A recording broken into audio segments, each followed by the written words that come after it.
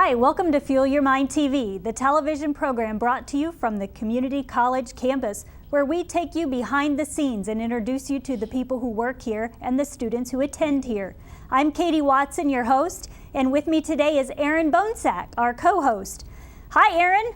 Hi, Katie. It's the first time we've seen you this semester. Yeah. Where have you been hiding? Well, I'm not sure. I haven't been asked back. Oh. So I got the hint, everyone. Thanks. Boo hiss on that one. No, the truth of the matter is, every time I ask Erin, hey, come be on the show. No, she's too busy.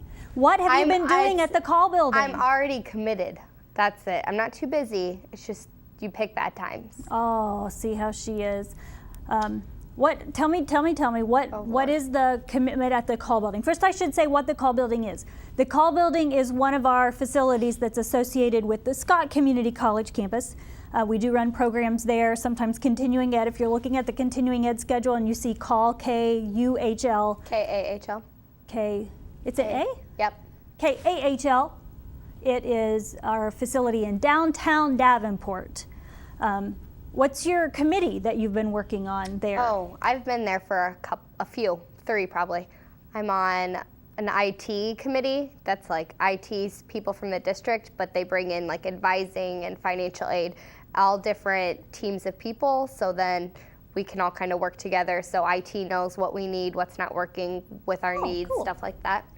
And then I'm also on a committee with advising council, so it's advisors from Muscatine campus, Scott campus, and Clinton campus. So that's 2 days a month I'm there for those things. And then we're also have another committee for a new tool we're going to be having on our website on eBridge for faculty members to actually report any problems or concerns they have of any students, and it'll be funneled through the advising office. So then we'll get the notification, hey, Katie hasn't been in class this week, and then we'll know to check up on Katie or different situations like that. So that's all kind of in the works, so that takes a lot of meetings to get that going. All right, so you're forgiven.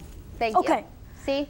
Nobody needed and then you have to advise besides. So last Right. week when I didn't have a co-host and I was here all alone, because I was taking walk-in appointments all week, and there was someone in my office the whole time.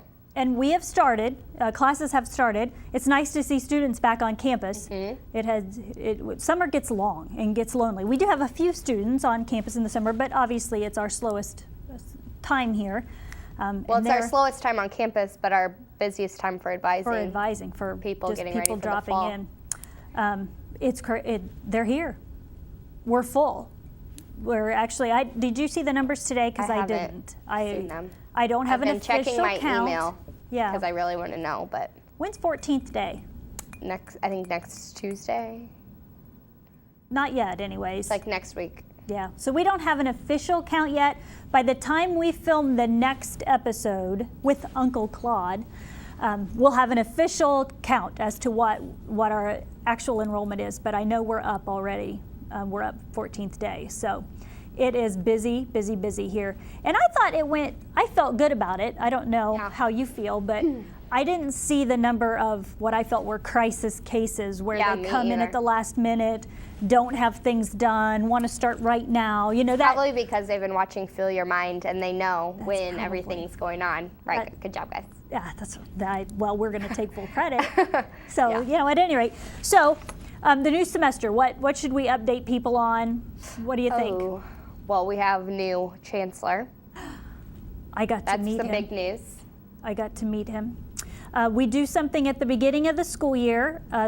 The instructors come back 3 days ahead of the students, and we do startup.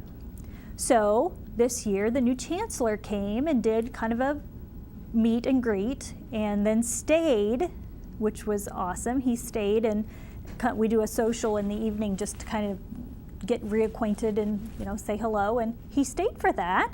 So I guess my first impression, even though I didn't spend all of my time with him, it's not like I clung to him,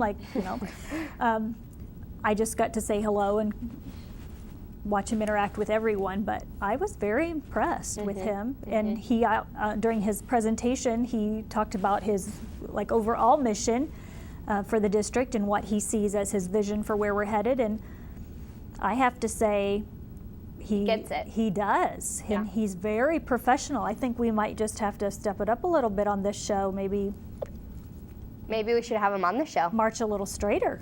I'm thinking. Have him on the show. We should invite him, I think. He just seems very professional, very We could step dignified. it up a little notch. Yeah, I think we better. Yeah, I really was impressed with him. So, just my little short time with him, but seems very smart, very dignified, very clear vision of where he sees the college is headed. So, I'm Very cool. excited. Yes, I'm excited to have a new leader. Dr. Don Doucette is his name. So, yeah. welcome to EICCD, Forgot Don. to say his name. Welcome back, Tailgate. Oh my goodness. If you're watching the show, that means hopefully you've been seeing the flyers posted on the same channel. Right, Chad? I think that's how that works. Yep. I Oh, did. got a thumbs up. Yeah, we've got a lot of excitement. I had my 16th event or organization sign up to be at the tailgate. So we will have 16 organizations with tables, whether they're giving something away, whether they're recruiting a student to the group or their organization. 16 So participants. our tailgate is formerly known as the Welcome Back Picnic. But it that has we a have tailgate every theme this year. Yeah. Right. So it's going to be free food for the students. Intramurals is going to have a flag football game, which people are very excited about. Very much. And Giveaways. all the tables. Yard games, just Yep. fun. And A that's band. Oh my gosh, I almost forgot about the Oh, band. yeah. The bare minimum. And I haven't worked at MCC for when there was a band on campus, so I'm really excited Yes, about it. they're students. They're from West Liberty. Hopefully it's exactly like today out, because I don't know which day you're watching this, but today is beautiful out. Perfect. Perfect picnic weather. Okay, so we're excited about So that. it's September 14th. 11:30. Sorry, I just time stamped this. 11:30 to 1 and 5 to 6. So if you're watching this prior to September 14th, make sure you come out for the picnic and you're a student, 11:30 to 1 and 5 to 6. Again, I said if you're a student. Who are we getting the food from? Unless Hy-Vee. you're going to grill it. Oh, okay. Hy-Vee. Hy-Vee's coming. No, I'm not grilling it. Oh my gosh. I have to I do can't even everything. grill for my family, let alone Jamie, all these Christmas, people. I'm not grilling the food. Family resources are new to campus this year. I heard at startup. Family resources are going to have office hours here on campus. Let me just disclaimer this, because things are true in my head when I say them. That doesn't mean that I'm always right about what I say. So check out the website, check out our Facebook page. And I'm I going to be think sending they're here Monday through Thursday from Monday 9. and Thursday. Monday and Thursday, see? 2 days a week from 9 to 1. We're 90% sure on that. Yeah. Check out But Facebook. I will confirm, and I'm going to be sending an email out to all current students this afternoon with that time and information and where to sign up for an appointment and everything like that. And what they're here for, just conversation, appointments, crisis management, is that kind of what? Yeah. They will see pretty much anything. It's meant to meet with them here on campus for 1 or 2 times, and then if you need to see anyone additionally, then they will tell you where the best place to go is and your options from there. Okay. So it's kind of a starting point. Very nice. Okay. Other activities on campus before we roll into who our guest is. Baseball and softball games are rolling. Yep. Those are, I believe they have games this weekend. I think they do The too. softball has a game this weekend, I know for sure. Yeah, so nice to go to games before it gets too cold out. Check out their websites, baseball Yeah. and softball both. Or talk to a player, because I know fall schedule they're kind of funny about the fall schedule. These are scrimmages, not games. Yeah. So The softball what you call them games is are on kind the of- website. I don't know if the baseball ones are. yeah, talk to a player, talk to a coach, find out when the games are. That's all I'm saying. Scrimmage, not game. Pigskin Picks, you're in charge of that. Yeah. We started Pigskin Picks last year with intramurals. It's the typical Pigskin Picks like they do a lot of places, but we have the 10 games, 5 college, 5 NFL games and choose the winner. I pick 10 games each week, and then they have to have in their entry form every Friday by noon. And then each Monday I go through and see who got the most correctly chosen winners, and those will be posted for now outside my office until the student center, which It is still should be being getting done. I remodeled. know the floor is done. I mean, that's coming along.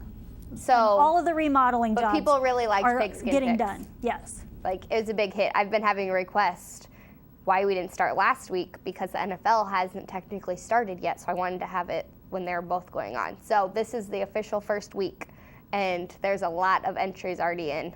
And that is just like the flag football. If they don't have it officially turned into you, it isn't happening. Right, right. And Those things that you're doing in your head aren't really happening. a new thing You have to to Pigskin sign in with Picks. Aaron. Yeah, Aaron, across from Little Theater, for now until the student center's open again. But the Pigskin Picks, another thing we're doing different is there's going to be weekly drawings for people that participate. So you could Awesome! not get any right, and you could still win a prize. So How much do I love that? yeah, pretty fun. I know. Oh, she's stepping it up a notch, players. It's going to get better each year. Oh, it's too bad Sakir isn't here this year. Oh, yeah. He might come back. Sakir might just Yeah, have to come he back. Oh, I can't handle it. Okay. Okay, it's time to introduce Dave. Okay. Our guest today is Dave Carson. Many of you out there already know Dave. Dave has been here for how many years? I think we better just shoot the camera over to Dave. How many years have you been here, It'll Dave? be 16 years in January. 16 years in January. How many years have you been here, Katie? 18, I believe. 18 or 19. She's got you beat. 18 or 19. But at any rate, Dave has been here all of those years. Just at night. Just at night. No, days too. Day two. You did Days. day class and I night did. class I all started with during day that time. classes and night classes. Yeah. You're kind Oh, of a wow, I cult didn't know hero that. a little bit because your night class is very popular. Tell us a little bit about Changes and Choices, Which is his night class. which is a night class. Changes and Choices is a night class. We run it day and night. It's a very popular class, day and night. It's a humanities class for those of you who don't take classes here. Maybe some of you are sitting there thinking, you know, I've always wanted to take a class, but I've never quite known what to take. Changes and Choices is great for that person who maybe doesn't want a degree, but would kind of like to take a class. Tell us about Changes and Choices. What's it about? Changes and Choices is an opportunity to discover why you decide or why you choose or make the decisions that you make, but more importantly, why you believe what you believe. It really ultimately is about finding purpose. You know, what is it? What am I supposed to do? We look at things like anger, relationships, loss. We look at families, how they affect us as people. And I believe the reason it's so popular is because it's one of the few classes where you can actually focus on you and begin to ask questions like, why is it that I continue to make the same mistakes over and over again? Or why is it that I feel more comfortable doing one thing rather than another? What do I want to do when I grow up? Those kinds of questions. So, and the students are given the opportunity to write almost in a free form kind of setting. And they're free to write even in first person. And that gives them a lot of freedom to be able to just express their, not only their feelings, but also help them look at examples in their lives of the kinds of choices that have been both beneficial and hurtful for them.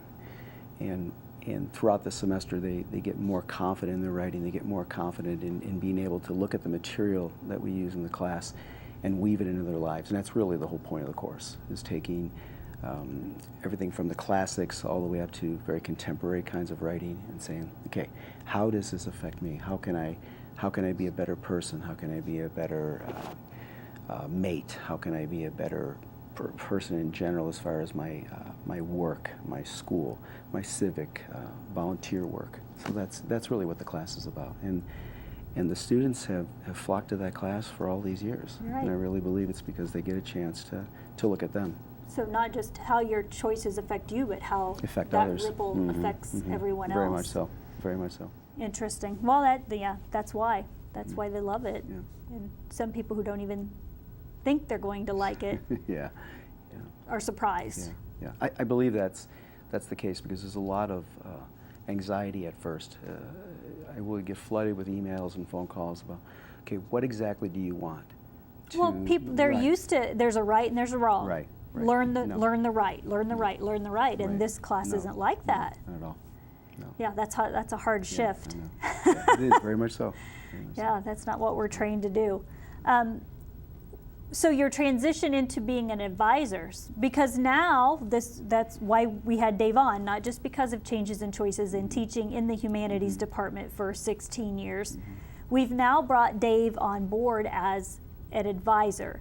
So Transition advisor. he is a transition advisor. So define that for us. It comes from the Title III federal grant and That we just that we received. just received. Thank you. Is that a 3-year? 5-year. 5-year Five-year grant. Okay. And primarily, my job is to come alongside students in every way possible, to not just academically, but to look at things like life stressors. What are the barriers for them to be successful?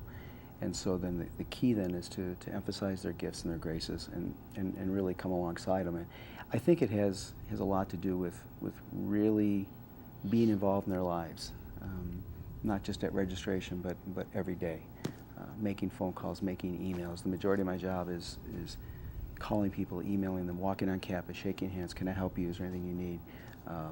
Continually providing resources for them. The teaching, a surprise to me is how the teaching side has kind of been the other half of what I'm doing as far as the transition advising, because I really see the changes and choices class and also the transitions to college class, which is another part of my role here as an extension of my transition advising. I get the opportunity to work with roughly 75 students right now, and many of those people are actually our first-time full-time students who I'm going to be working with for the first year that they're here. So I get a good opportunity to actually see them in action, not just academically, but just kind of rub up into their lives. And I think that's been helpful, and I've gotten a lot of positive feedback from that, a lot of just thanks for being there, and hey, I'm getting emails from people, I really don't know who to ask about this, anywhere from just simply, how long do classes go, when are vacations, and things that they might be embarrassed to ask otherwise. And so that's been real gratifying for me personally, that I can just be a resource for folks. Are all of your advisees in the transfer advising class? The majority of the people that are in the transitions to college class are first-time, full-time students. There are a couple of exceptions, but the majority of them, I'd say 95% of the folks that are in my class and in the other transition sections are going to be part of my caseload, if you will. Okay, Yeah. so there are other transitions teachers. You're not the Yes. only teacher. Okay, Yes. so who are the other teachers? Chris Koch, who teaches English and journalism, and Carol Ward, who teaches psychology. Okay. Are the other two they're teaching. Chris has 2 sections, I have 2 sections, and Carol has 1 section. Okay. And Primarily this with class that. doesn't go through the whole No, it's semester, an right? 8-week class. It's an 8-week class. 2 days How a many week. credits do they get? 1 credit hour. And my class is 2 days a week.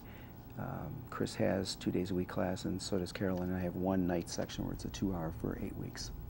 Okay. So- So in this, And that credit counts toward, like, if they're working on their Associate of Right, Arts degree it's with us, elective. that credit Yeah. counts as an elective Right. too. as So their elective Right. credit, okay. yeah, So in that class, what are you stressing? What are the goals of the course? Well, I think it's funny you said stress, because that's probably the thing that I stress the most is stress. Okay. We deal with I need this class. And these are Yeah. first-time, full-time students? first-time, full-time Okay. students. And the idea is to help them make the transition from either high school to college, the more traditional student, or the non-traditional student from high school to nothing to college. But what the class really focuses on is time management, stress management, how to balance life and work and school and civic duties. And One of the big ones is at least that I stress, is confidence. A lot of our folks are just terrified of what's expected of them, and so trying to help them see that we all have different learning styles and teachers have different teaching styles, and so we go back and forth about how can we modulate what works for students and what doesn't work. Obviously, there's the academic skills. We talk about test taking, writing essays, the different kinds of tests, how they can be more academically successful. But really, a lot of my focus is dealing with the life stuff. And I found that if I focus on the life stuff, the academic kinds of issues tend to take care of themselves in most cases. What is we're only a week in, but do you have a theme that you've heard so far with students coming in? What are you hearing as far as what's freaking them out? Yeah, Freaking them out. That's the way to put it. Yeah, I think the biggest stressor, especially for high school students, is grasping that everything is on a 16-week or one semester basis versus a full year, and that once Christmas break rolls around, it's done. It's over. The other thing is the expectations that the teachers do a great job at providing a syllabus, but it isn't this day in and day out kind of reminder. It's like, okay, you're expected to be able to take the responsibility to ask if you need help, or that's the other thing. No one reminded me that this is due. Yep. I'm still trying to teach my kids that. I don't have to remind you. Yeah. You knew it was due. Yeah. That's. Remind them to brush their teeth. Yeah, exactly. Exactly. I shouldn't have to tell you again today because you had to do it yesterday. Yeah, those kinds of things. I don't know how you teach people that. I don't know. I mean, I think. Good thing, Dave. Until you become the parent. Until you become a parent, I don't know how you teach people that. I think it comes down to the boundary setting. It's like there's things you have to do, and we can't do it for our students, but at the same time, we got to provide them tools in which to do it. I think that's a really big deal for our students, because our students really, in many cases, they're so worried about the little bitty things that go on in a class that they really miss the point. And I don't know if it's just an age thing or people being away from college. They're surprised when they find out that a teacher's not adversarial, that it's not me against you, and it really is about coming alongside people. And I mean, we're a small family. I mean, a small big family. You know, we care about one another. At least in my classes, it's pretty laid back, and I get that from most of our teachers here. That it's pretty laid back, and I find that students really don't know what to do when the teacher cracks jokes. That's a very surprising thing to me. In the transitions class, not so much in the changes class, because I've been doing that way for forever. But many of the first year students, the anxiety is terrible. The other thing that surprised me is the amount of anxiety that the students have with trying to balance home life. And we have a number of students who are really struggling in the area of being caretakers in their family system, and then they're not able to give that kind of care. They can't be there 24/7, and there's budding resentment from family members, and why aren't you taking care of me? And sometimes that really hurts. That hurts our students. There's a lot of pressure that goes on, and we don't see it. I have the privilege of seeing it in the Changes and Choices class because we talk about those things right in class. But in many classes, we don't see in an accounting class, you wouldn't talk about that. And they all have this pretty little smile, and they have this kind of nice student look to them that. But behind the scene. And deep down is, there's a lot of people. So I think that's where I can actually help out in the classrooms. Have you felt an acceptance from instructors as far as your role as a transition advisor? And where is that? How far does that go? How much can you share, and how far can you go with what you know? Well, there's always the issue of FERPA, the confidentiality, but generally it's professors that will come to me and ask me, and they'll say, look, I've got these students, can they make an appointment with you, or can you help them? I have found that instructors here have been very gracious in actually giving me people that are really starting to struggle, or somebody will come into my office and say, so and so sent me, and they said that maybe you can help me with this or that, and so I found the instructors to be very, very positive with me right now, and I think they see me as a resource that maybe they didn't have before, and it's a big job. We have an interesting population of students. You know, being we do, open and campus. that's the nature. Yeah, that's the Yeah. nature of being open enrollment, Yeah.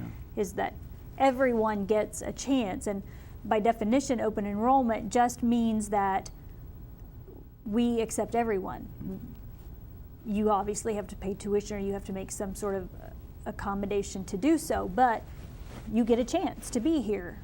We have remedial coursework, so if you don't test at college level, we have classes to get you to college level. So we have everything here, from people who test into calculus to people who test into basic math. So your range is huge when you start at a community college. And in that lies the double-edged sword of we have every kind of study habit, we have every kind of background, we have every kind of socioeconomic background, we have every kind of background as far as the educational systems people have come out of. It makes it interesting to work here. We aren't a cookie-cutter system. I think you mentioned community, and I'm glad you said that, because we are community college. We're community first, then college. That's pretty clear. We're a community service, and the people that we have here are real people. There's no pretenses around here. This is education at its foundational level, and I think it's been helpful for me to see people, and I guess to see people in a very unguarded way. I see the advising as an extension of my teaching, and I see the teaching as an extension of my advising. It's still about outreach. I really believe it's outreach for our students, and so far I'm sensing that is such a positive thing. I mean, just being with the students only for a couple weeks here, I'm already, people are saying, how you doing, you know, and that's really neat. I think they're accepting this, and I think this is going to be a really good thing.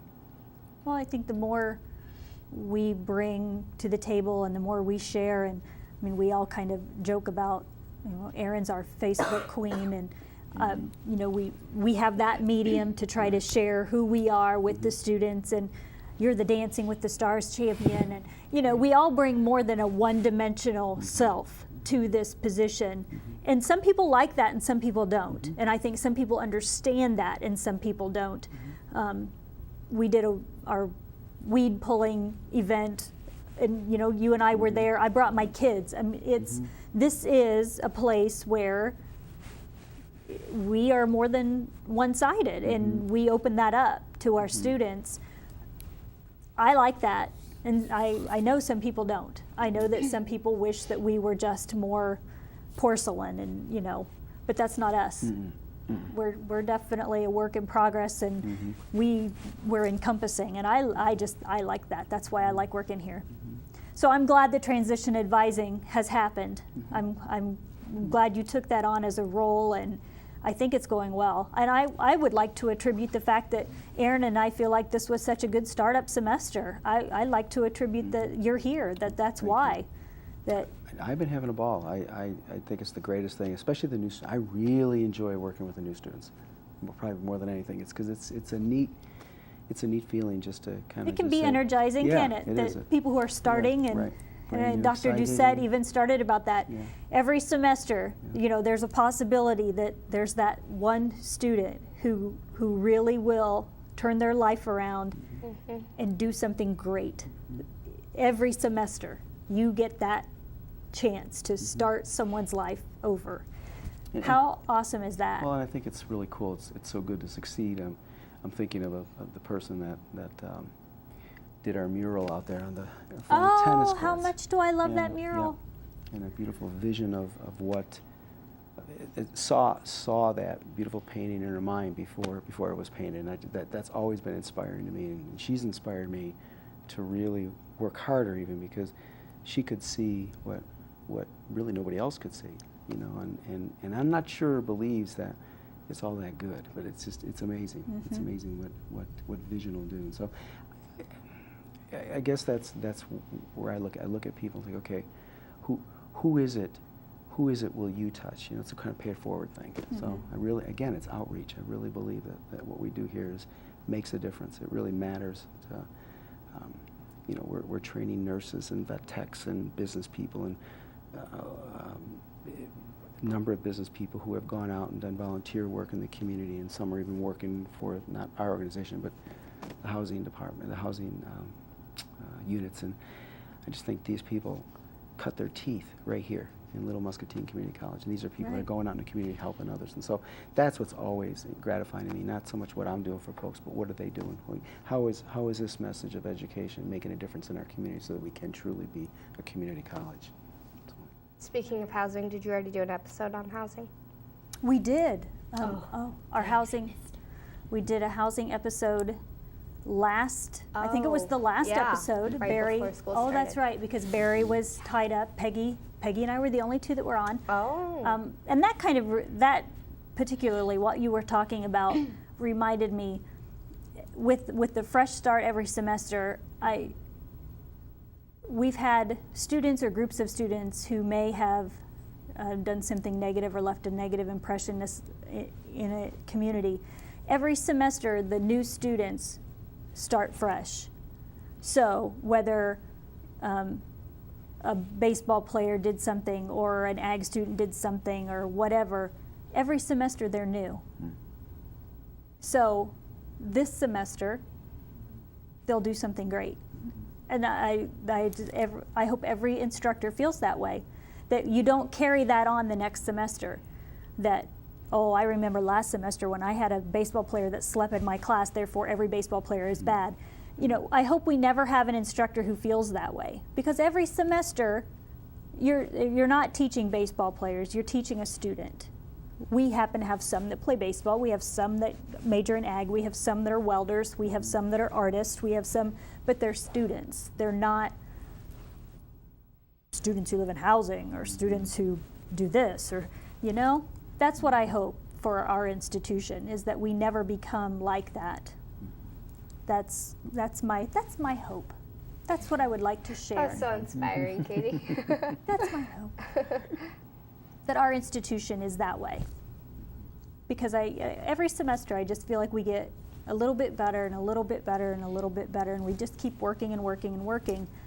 I think we just have great students every semester. I think we get better. I'm glad you mentioned that, because I had the opportunity to do a short little workshop, a couple of day workshop for international students, and that's I worked with some international students in the business classes that I taught, but not to that extent, and that was really fun.